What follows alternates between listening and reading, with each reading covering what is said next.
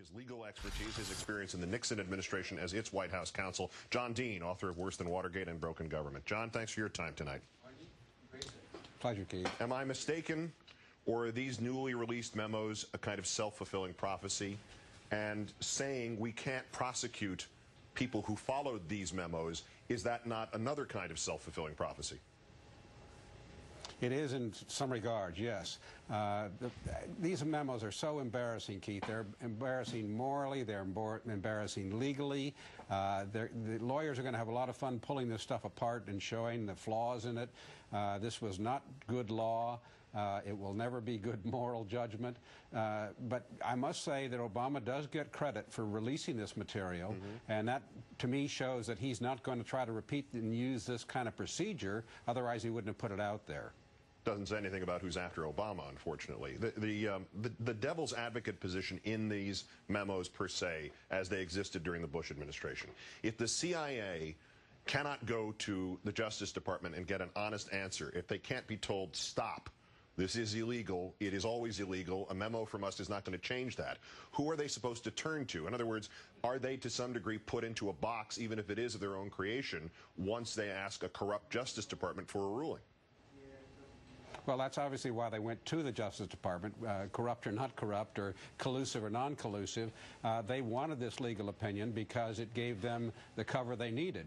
You really can't ask an agent in the CIA to have to hire a lawyer to see if his decision to do what his boss tells him is right or wrong. So there is, in fact, there's a long history in the law. During Watergate, Keith, two of the burglars who broke into Dan Ellsberg's office had their case dismissed because they relied on Howard Hunt's word this was a national security operation, and the Court of Appeals said yes, that defense should have been presented, and it was never prosecuted because they'd been given that word. So there is an area of law here where theoretically there is authority to undertake really misconduct. But in that precedent that you just cited, and in this, is the real terror not in the past but in the future that President Obama honors the Bush legal fig leaves, if we can use that analogy again?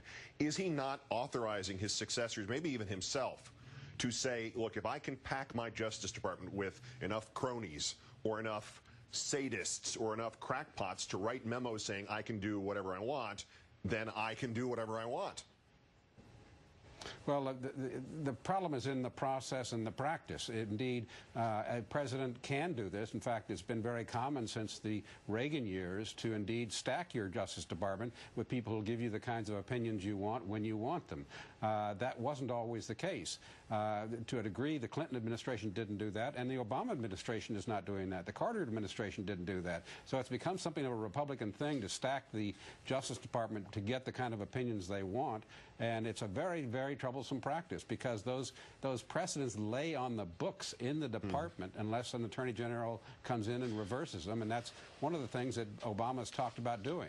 If federal statute, as Howard Fineman mentioned, says the nation can't torture, and it gets very specific in these terms, but there are some flimsy legal memos written saying, well, maybe we can.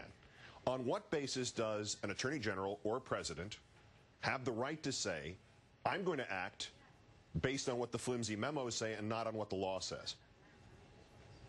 Well, as I read this, what Obama has given a pass to are those who implemented the policy. I don't think he's given a necessary pass to those who created the policy, although he's always said if it's just a matter of policy and a bad practice, he'd look forward rather than backward. This is still pretty fuzzy. He still, I think, has left a door open that if something occurs that prompts him to feel he really needs to take action. For example, like this thing that's going on in Spain, which has now been turned down by the Attorney General in that country, but it hasn't been refused by the court. And there are also other countries with potential jurisdiction that could indeed force the United States to take some action here, or it really embarrass itself more severely. So the story isn't over.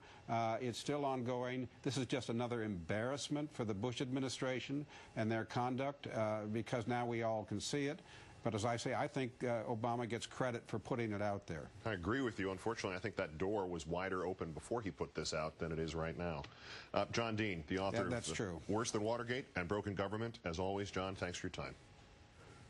Thank you, Keith. President Obama, for whom I personally retain great hope, for whom I feel gratitude, as John just mentioned, for releasing and not hiding these nightmarish memos, is on the subject of what to do next, sadly, completely, and dangerously wrong. My special comment is next. As promised, a special comment now on the president's revelation of the remainder of this nightmare of Bush administration torture memos. This president has gone where few before him dared. The dirty laundry, illegal, un-American, self-defeating, self-destructive, is out for all to see. Mr. Obama deserves our praise and our thanks for that. And yet he has gone but halfway, and in this case, in far too many respects, half the distance is worse than standing still.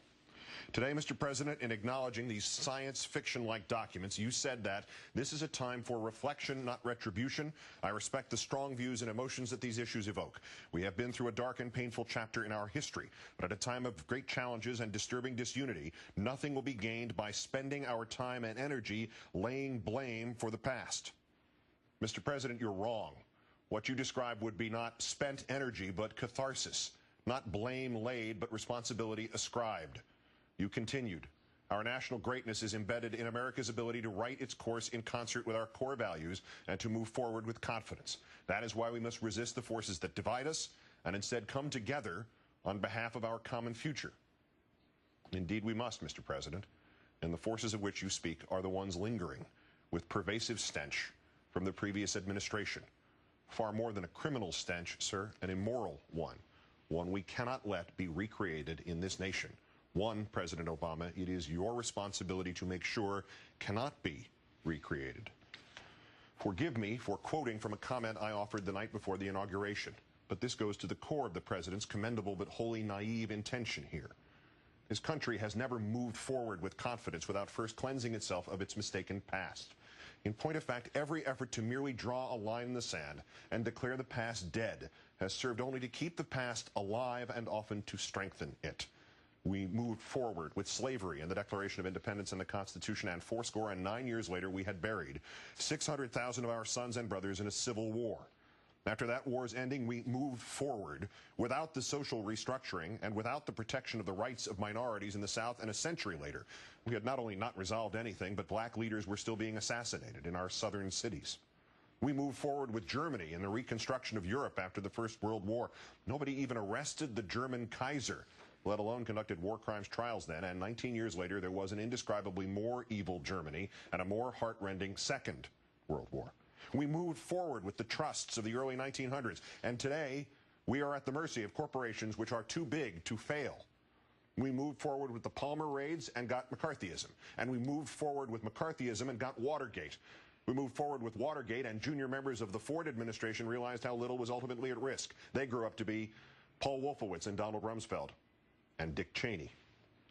But, Mr. President, when you say we must come together on behalf of our common future, you are entirely correct. We must focus on getting things right in the future, as opposed to looking at what we got wrong in the past.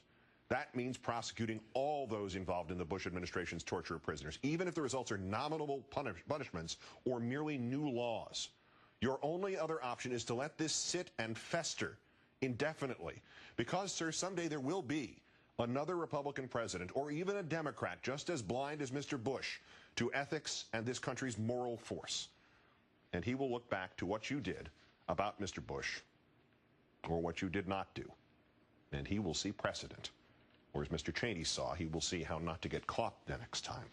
Prosecute, Mr. President. Even if you get not one conviction, you will still have accomplished good for generations unborn. Merely by acting, you will deny a further wrong, that this construction will enter the history books. Torture was legal. It worked. It saved the country. The end.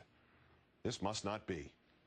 It is our intention, you said today, to assure those who carried out their duties relying in good faith upon legal advice from the Department of Justice that they will not be subject to prosecution.